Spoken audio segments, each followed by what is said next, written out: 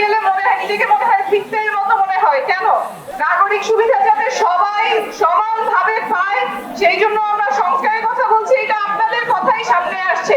এবং প্রধানমন্ত্রী যাতে এত ক্ষমতা না থাকে, সেই জন্য আমাদের সংবিধানে যা যা সংস্কার করা প্রয়োজন, যেইভাবে করা প্রয়োজন, সেইটা যাতে হয়, সেটার কথা আমরা বারবার করে বলছি। এত সাড়া দিয়েছেন, আমরা আপনাদের শহরের মধ্যে, বাজারের মধ্যে দিয়ে হেঁটে আসছিলাম, একদম সব জায়গায় কানায় কানায় পরিপূর্ণ। আমরা দেখছিলাম আসার সময় আপনাদের এলাকাটা খুবই সুন্দর, কিন্তু একজন দুঃখ করে বলছিলেন যে এলাকা সুন্দর কিন্তু যাতায়াত ব্যবস্থা খারাপ, রাস্তাগুলো ভালো না, আপনাদের যাওয়া আসায় কষ্ট হয়, চিকিৎসায় অনেক কষ্ট হয়, যেতে হয় বরিশালে। এখানে আপনারা চিকিৎসা যেটা পাওয়ার কথা, সেই তুলনায় সরকারি ব্যবস্থাপনা অনেক অপ্রতুল, যেতে হয় 2 ঘন্টা, আপনারা জরুরি চিকিৎসাগুলো পান না।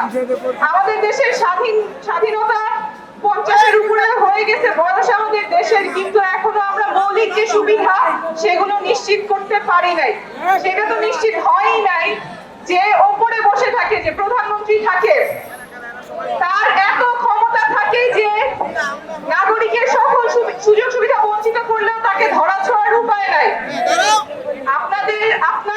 আপনাদের সন্তানেরা যে মাঠে নেমেছিলেন, এখান থেকেই খুব দূরে আন্দোলন করেছিলেন যেই আকাঙ্ক্ষা নিয়ে, দেশটা যাতে বদলায়। আপনাদের কথাই আমরা বলতে চাই, দেশটা যাতে বদলায়, আগের মতো যাতে না থাকে। আগের যে পুরনো ভাঙাচোরা ব্যবস্থা, সেইটাতে আমরা যাব না। আপনাদের ছেলে মেয়েদেরকে যারা পঙ্গু করেছে, যারা চোখ কেড়ে নিয়েছে, হাত পা কেড়ে নিয়েছে, তাদের বিচার আমরা নিশ্চিত করেই ছাড়বো।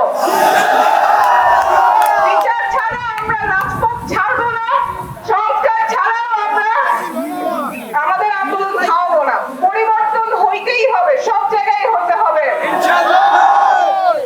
যে কোনো জায়গায় গেলে, সরকারি অফিসগুলোতে গেলে মনে হয় নিজেকে মনে হয় ফিক্সের মতো মনে হয়। কেন?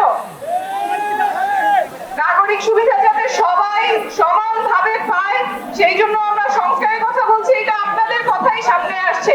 এবং প্রধানমন্ত্রী যাতে এত ক্ষমতা না থাকে, সেই জন্য